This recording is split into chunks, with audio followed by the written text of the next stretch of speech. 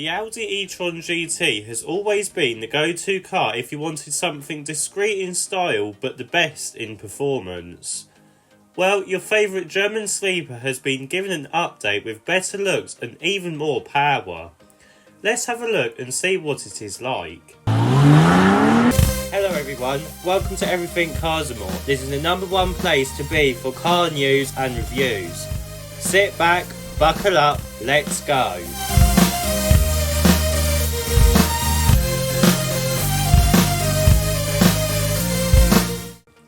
So, I'm sure everyone knows now that the Audi e-tron GT is actually based on the Porsche Taycan in performance, but not quite in looks.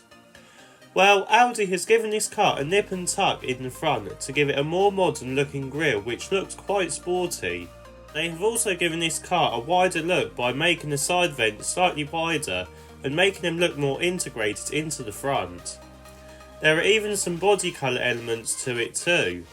The headlights are the same as before though, which is unfortunate as you can't customise them like the later Audis, which is a shame, but they do still look sporty and suit the car very well. Finally, we get the new Audi logo up front. Moving around to the side, and there isn't many changes to talk about apart from some new colour and wheel options, which is always the case. There is a new air suspension feature now that when you open the car door, the car rises up to make it easier to get in. Moving around to the back of the car, and it's the same story as the front really. The tail lights are the same as before, which I am okay with as they've always looked futuristic. The bumper is also different though, and it is looking much more aggressive than before with its big fake diffuser. There are also some new badges just to finish off the rear really nicely. Right, let's have a look and see what battery and motor options you can have with the new Audi e-tron GT facelift. So, the lineup of the new Audi e-tron GT facelift consists of 4 models, 2 of which are brand new. Let's start with the first one, which is a new base model. This is called Quattro, and this uses a 580 brake horsepower dual motor setup powering all 4 wheels. This gives the car a 4-second 0 to 62 time, which is quite decent.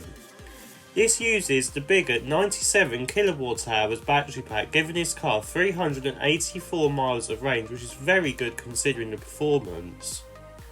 The next version is called S, and this uses an even more powerful 671 dual motor setup, giving this car 4-wheel drive and a 3.6 second 0 to 62 time. This also uses a 97 kWh battery pack, giving this car a 370 mile range, which for the performance is still very good. The next version is called RS, and this will most likely be the most popular model. This uses an 844 brake horsepower dual motor setup, giving this car a quick 3.1 second 0 to 62 time. This also uses a 97 kWh battery pack and giving this car a 360 mile range, which is actually still impressive considering the performance. The final version is the new RS Performance model. This gets even more power at 912 brake horsepower, and this can do 0 to 62 in 2.9 seconds. Again, this uses the 97 kWh battery pack, giving this car 360 miles of range, which is still crazy with the performance. All models use a 2-gear gearbox setup that will give the car a bit of extra performance. The price of the new Audi e-tron GT facelift starts at £89,505 for the base Quattro version, but it can go all the way to £143,875 for the top of the range RS Performance model. Right, let's have a look and see what the interior is like.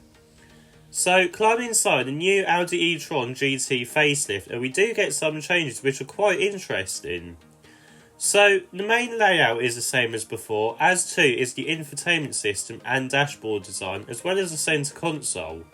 But we do get the latest generation Audi steering wheel, which I do think suits the car much better, as the flat top suits the design on the top part of the dashboard. Sadly though, it does have touch sensitive buttons which aren't the easiest to use, but we can look past that. We also get some specific RS mode buttons on the steering wheel too on the higher trim levels. The graphics are great on the infotainment system, and on the new performance model you get a lot of red touches. What I do like though is that you still get a few physical buttons, unlike the newer Audis. Yes, I suppose it would have been nice to have the newer Audi dashboard inside the latest Audi infotainment system, but this interior is definitely one of the best that I have seen from Audi for quite a while. I would even say it is better than the Porsche Taycan's interior, although we still get Porsche seats. They are supportive and do actually still look good. Right, let's have a look and see what the rear seats are like. So, climbing into the back, and we can see that the outer seats have actually been sculpted to be looking like the front seats. This does make them more supportive too, which is quite nice. Legroom isn't bad, but headroom isn't the best because of the sloping roof, but this is understandable. You also get your own rear air vent and heated seats, as well as premium materials in the back. Now, it does feel quite dark because of the bucket style front seats, and because of this it does make it feel quite claustrophobic in the back, which isn't the best, but it is definitely livable. What isn't so livable though is that if you want to carry a fifth person in the middle seat. Now, because of the sculpted outer rear seats, it feels like the middle seat has been made redundant, and there is also quite a big hump on the floor, which again makes it less uncomfortable in the middle. Really, this is more of a four-seater car, and also if you want better headroom, it might be worth considering the Porsche Taycan Sport Turismo. Anyway, let's have a look at the boot. So, opening the boot to the new Audi e-tron GT facelift, and it doesn't have the biggest boot in the world at 405 litres, as the Mercedes EQE and BMW 5 Series beat it, but it is still definitely usable. If you fold the seats down at 40-20-40 split though, it does increase to 1,187 litres, which isn't that bad.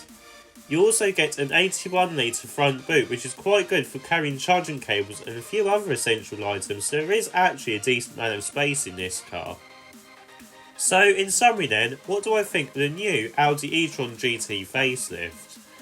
Well, there is no denying that the Audi e-tron GT facelift is a special car. It has the look inside and out to be sleek and go under the radar, whilst having the performance of a supercar. Really, this car has everything that you need and is the current ultimate Audi. Or is it? You see, now in a year's time we should be seeing the new Audi RS6 e-tron. The question is though, will this be the direct replacement considering the size of cars are very similar? We will have to wait and see, and we will have to see if the RS6 e-tron can beat the e-tron GT. It will have some big shoes to fill if it is going to replace it.